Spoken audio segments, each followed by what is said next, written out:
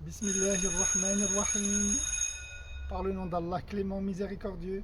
Madame, mademoiselle, monsieur, chère auditrice, chers auditeurs, chères écolières, chers écoliers, bienvenue à toi dans ta 19e leçon de théologie.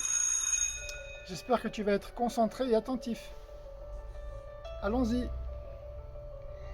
Par le nom d'Allah clément, miséricordieux, la coranothérapie.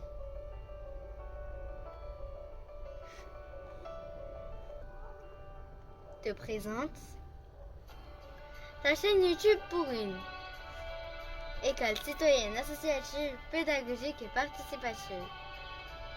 Ta première cyber-école en ligne intitulée Pacte, projet d'accompagnement coranothérapeutique émancipatrice. École Pacte, projet d'accompagnement coranothérapeutique émancipatrice. École familiale gratuite et à ciel ouvert. Publique et à ciel ouvert. Leçon numéro 19. J'ai validé l'importance de savoir lire, d'apprendre à lire. Parce que la lecture me permet de savoir lire le monde qu'Allah a créé. Parce que grâce à la lecture, je découvre mon maître.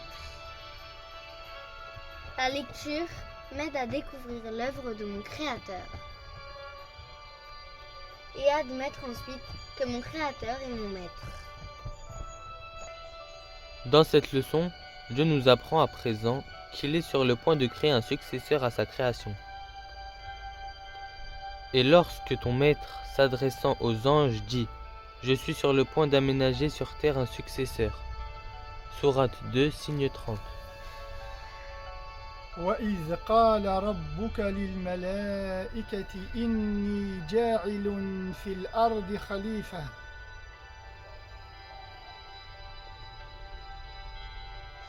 Le successeur à sa création est désigné. Il s'agit de l'être humain. L'être humain est chargé de faire respecter ce que Dieu a créé auparavant. Dieu ne confie à rien ni personne d'autre ce qu'il va confier à l'homme et à lui seul. C'est la raison pour laquelle Dieu parle de khalifa. Que veut dire khalifa? Khalifa signifie venir après quelqu'un pour lui succéder dans une fonction ou un titre, etc. La compréhension de la bonne lecture du Coran nous démontre que Dieu désigne quelqu'un qui va succéder à la beauté de son œuvre, pour la protéger, la sauvegarder et la transmettre de siècle en siècle. Ce successeur, après lui, va recevoir la gérance. Dieu fait l'honneur, l'homme, en le nommant successeur de son chef-d'œuvre. Dieu fait honneur à l'homme. Dieu fait honneur à l'homme en le nommant successeur de son chef-d'œuvre. Dieu donne à l'homme le titre honorifique de khalifa. C'est-à-dire successeur du Créateur dans le monde que Dieu crée, le monde d'ici-bas. Dieu donne à l'homme la gouvernance de sa création. Et l'homme va prétendre à la gestion de l'humanité. Et à la gestion de l'humanité seulement. Cela veut dire respecter et faire respecter ce qu'Allah a créé. Et ne pas tenter de lui prendre sa place pour se proclamer créateur à la place du Créateur. Dieu choisit d'établir l'homme comme son successeur pour gérer le bien et le bien-être de l'humanité. C'est-à-dire faire respecter les conditions de la vie sur Terre. Et les conditions climatiques font partie des conditions nécessaires au maintien de la vie et des espèces. C'est pourquoi l'homme en est aussi responsable. Au regard de Dieu, la succession s'opère par l'élite. Cela veut dire que c'est le meilleur qui succède à celui qui lui est supérieur. Malheureusement, aujourd'hui la succession s'opère par le désordre. Le désordre, qu'est-ce que c'est? Le désordre, c'est mettre en place quelqu'un qui va succéder à son prédécesseur par une mauvaise gestion de son travail. C'est celui qui privilégie son intérêt personnel à celui du bien commun, c'est-à-dire du bien de tous. Et le désordre devient corruption. Pour faire simple, c'est celui qui se sert pour son esprit capricieux. Au lieu de servir les autres pour l'intérêt de tous, Cela veut dire que de nos jours, c'est souvent le pire qui prend ou reçoit la place de qui lui est meilleur. Dieu crée et l'homme est chargé de faire respecter la création de Dieu. Lorsque Dieu crée le bétail, les céréales, les prairies et les pâturages, Dieu exige de l'homme qu'il partage avec égalité les moyens de bien vivre à toute l'humanité. c'est la raison pour laquelle, lorsque Dieu crée le monde, Il crée aussi celui qui sera chargé de faire respecter les conditions de sa succession. Khalifa signifie donc désigner quelqu'un qui succède à Dieu afin de continuer d'accomplir une bonne gestion du travail accompli.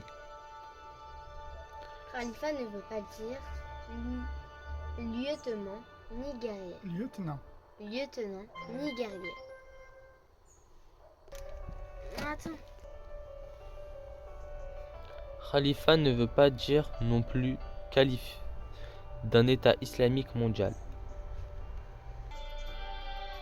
mais successeur dans le langage coranique, cela veut dire recevoir le relais pour qui va venir après l'œuvre d'Allah. Pour continuer de préserver la vie et le chef d'œuvre de Dieu. Et le chef-d'œuvre. Et le chef-d'œuvre de Dieu.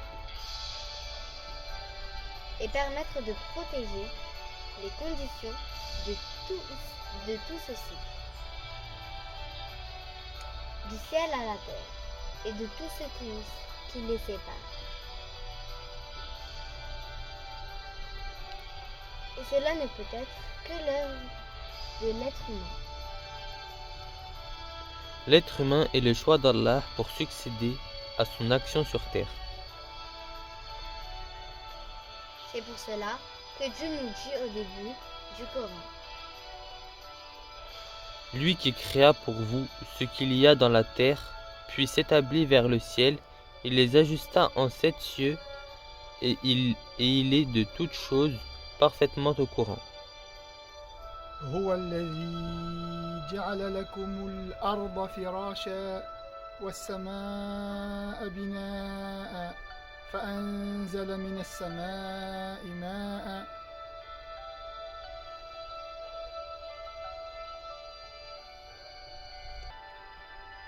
هو الذي خلق لكم ما في الأرض جميعا ثم استوى إلى السماء فسواهن 7 سماوات وهو بكل شيء عليم.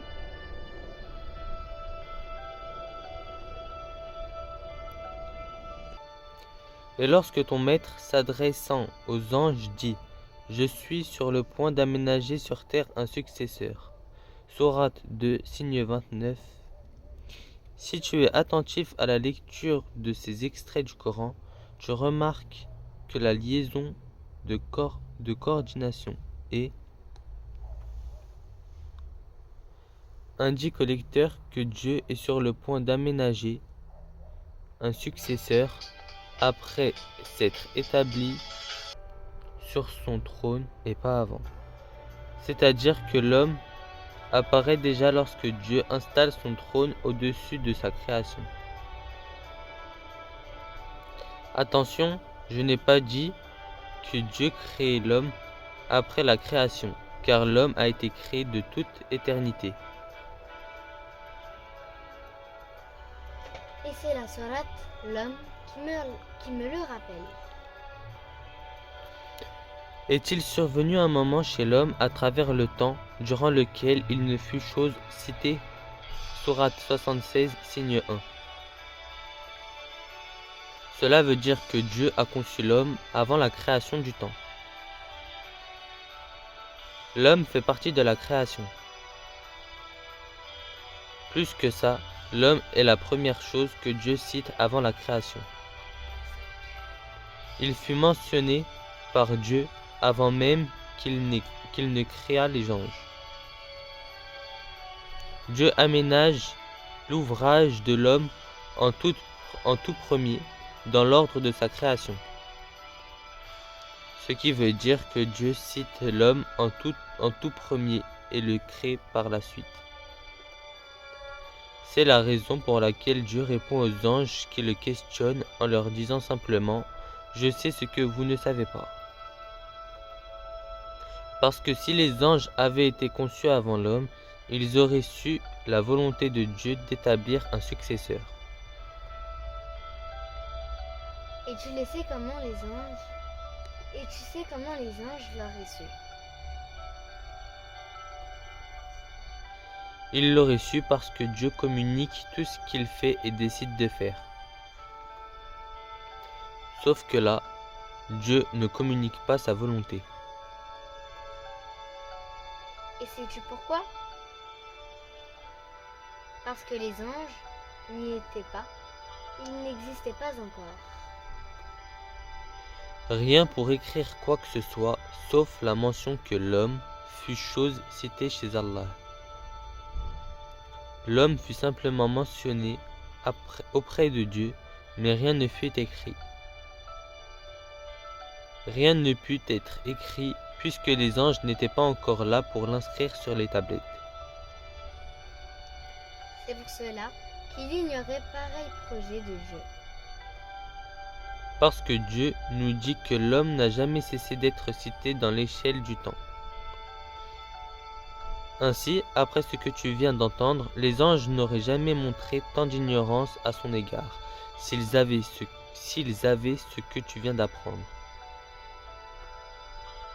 Puisque s'ils avaient été créés avant l'homme, ils auraient été mis au courant du projet de Dieu.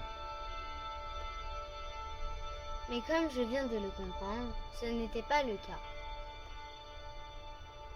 C'est ce qui explique par la suite le grand étonnement des anges, puis leur profond regret ensuite. Et leur repentance va se faire savoir aussi. Les anges découvrent le projet de Dieu au moment seulement où Dieu le leur annonce, et pas avant. Ce qui veut dire que l'homme a été caché des tablettes de la création jusqu'à son apparition sur la scène de l'humanité.